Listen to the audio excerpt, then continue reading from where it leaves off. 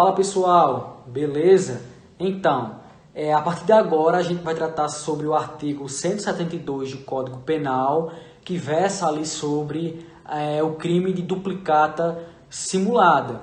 Então, antes de adentrar nas questões mais técnicas que envolvem esse tipo de crime, eu queria trazer um exemplo para que ficasse mais claro do que se tratava afinal esse crime, do que se trata afinal esse crime, né?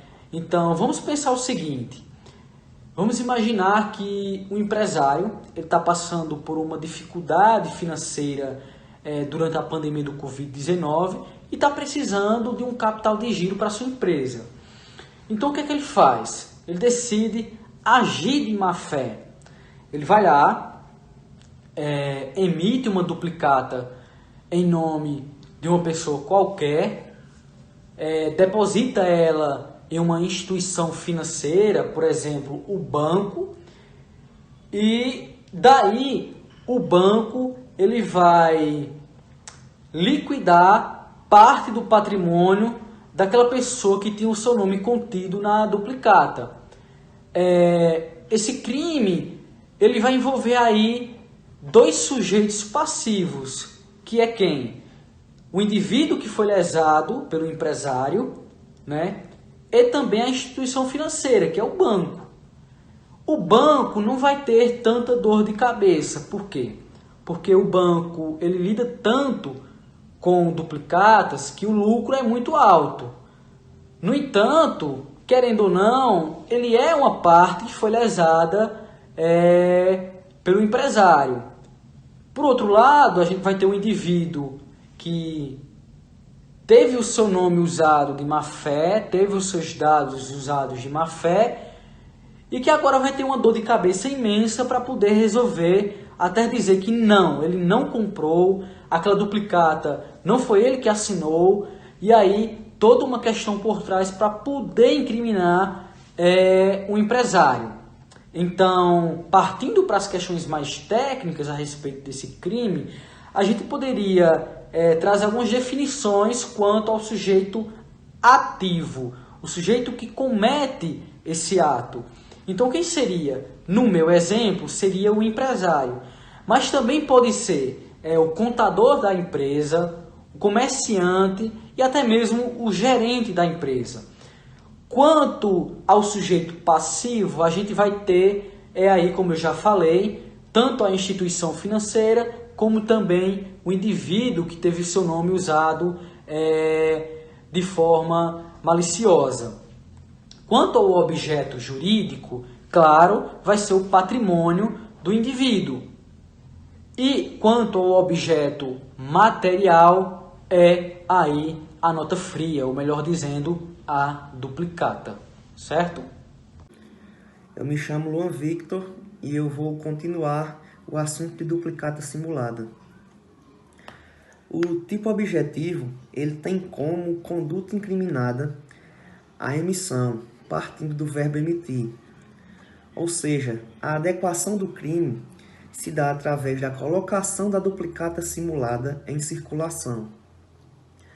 Com isso, a doutrina não permite a tentativa do crime de duplicata simulada, pois trata-se de um crime de execução simples. Como também o delinquente ele pode ser interrompido por circunstâncias alheias à sua vontade. O dolo genérico é o elemento subjetivo do crime, pois o crime consiste na vontade de emitir duplicata simulada, fatura ou nota de venda correspondente a produtos não vendidos, como também a serviços não prestados. Vale lembrar que não há previsão da modalidade culposa. Com isso, a expedição por engano de duplicata simulada não configura crime. Boa noite, meu nome é Edmilson e eu vou dar início à explicação do artigo 175, que fala sobre fraude no comércio. Bom, a fraude no comércio é um estelionato praticado pelo comerciante em relação ao consumidor. E no artigo 165 consta que enganar no exercício da atividade comercial o adquirente ou consumidor. Não é uma relação de direito civil, e sim uma relação de direito do consumidor. No inciso 1 fala: vendendo como verdadeira ou perfeita mercadoria falsificada ou deteriorada. Ou seja, o comerciante vendeu uma mercadoria falsa, passando por uma mercadoria original. Um grande exemplo disso aqui no Brasil são vários vendedores que vendem camisetas de marcas importadas, como Tommy, Armani, Versace, etc., como camisas originais, mas na verdade são uma falsificação da marca. No inciso 2 fala: entregando uma mercadoria por outra. Acontece muito em vendas online. Vários sites de lojas hoje em dia são utilizados para praticar golpes em seus consumidores.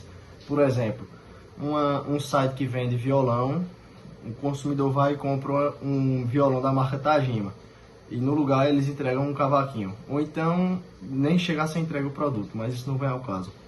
No parágrafo 1º fala: alterar em obra que lhe é encomendada a qualidade ou peso do metal, ou substituir no mesmo pedra verdadeira por falsa, ou por outra de menor valor, vender pedra falsa por verdadeira, vender como precioso metal de outra qualidade.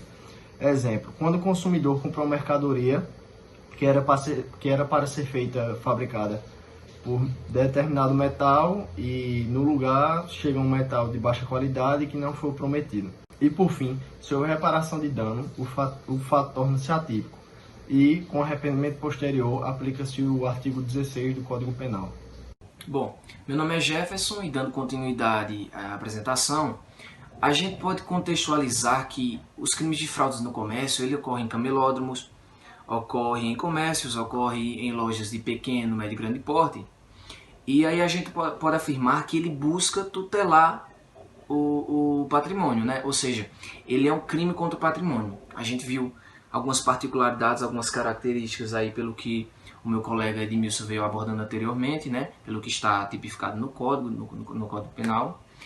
E então a gente pode dizer que o surgimento desse crime ele se dá quando há um repasse, né, um repasse malicioso, ou seja, você tem plena convicção de que seu produto está deteriorado, que ele está falsificado, e mesmo assim você realiza aquela venda, né? Então você está sujeito a ser punido mediante esse tipo de atitude, né? Então se configura como fraude.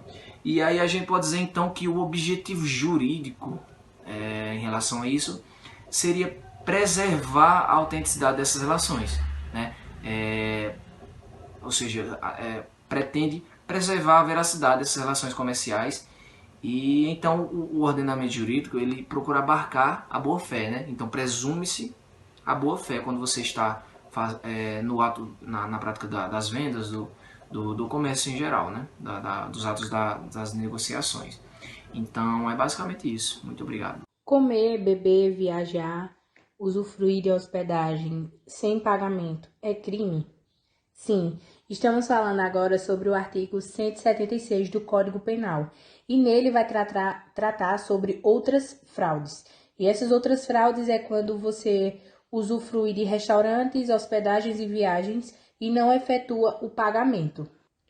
Eu vi algumas questões que às vezes as pessoas confundem muito o fato de você usufruir sem ter o dinheiro, sem intenção, e aquele quando você vai com a intenção. O caso do artigo 176 é quando você vai usufruir de um serviço e tem a intenção de não efetuar o pagamento, porque você chegando para usufruir daquele serviço, você já tem que ter a certeza que você possui o dinheiro necessário para pagar por ele.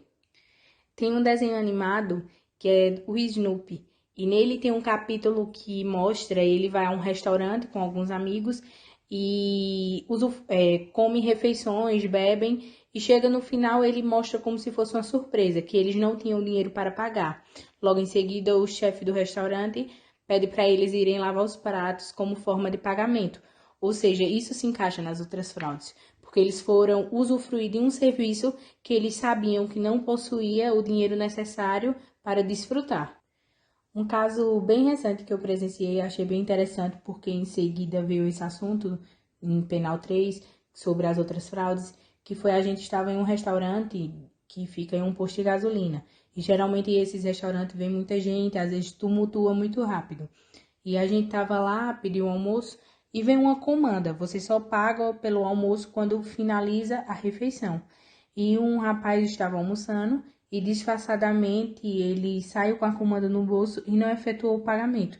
Só depois de muito tempo que os garçons tomaram ciência, se tocaram e perceberam que ele saiu sem efetuar o pagamento. Ou seja, isso é um caso claro e que sim, se encaixa outras fraudes, porque ele usufruiu do restaurante, da comida e das bebidas e foi embora disfarçadamente sem pagar por aquilo. Ou seja, isso é outras fraudes.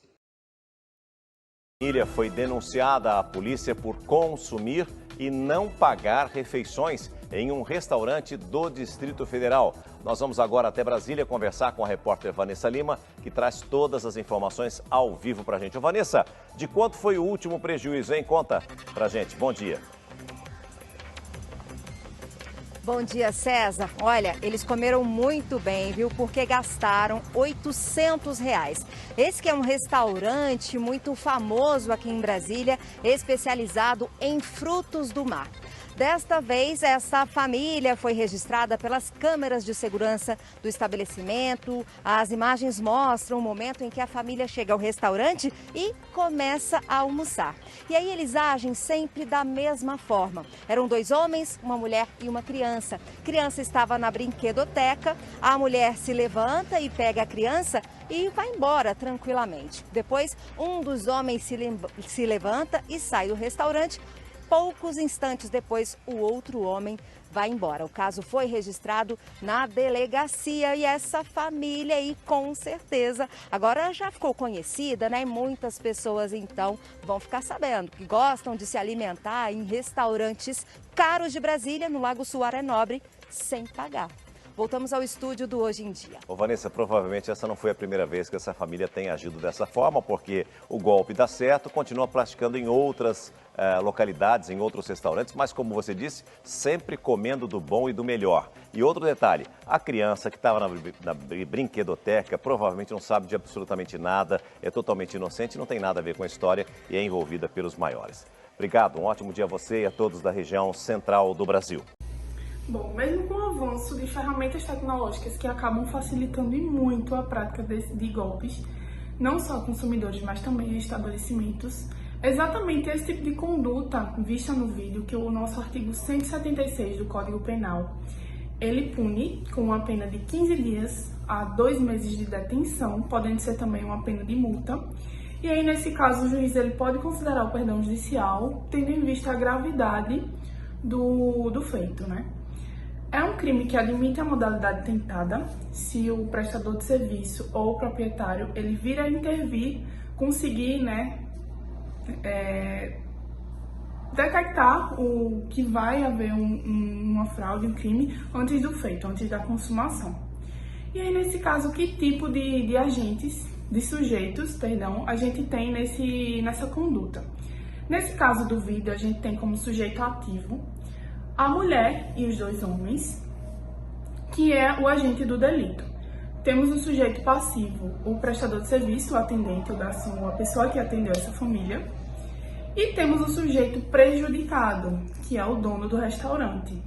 É importante também a gente lembrar que nem sempre esses 2 últimos sujeitos, o sujeito passivo e o sujeito prejudicado, eles estarão na figura de pessoas diferentes. Pode ser também que eles estejam incluídos em uma só pessoa, que é no caso dos taxistas, por exemplo, como o artigo 176, ele prevê que essa conduta seja contra hotéis, serviços de transportes, restaurantes.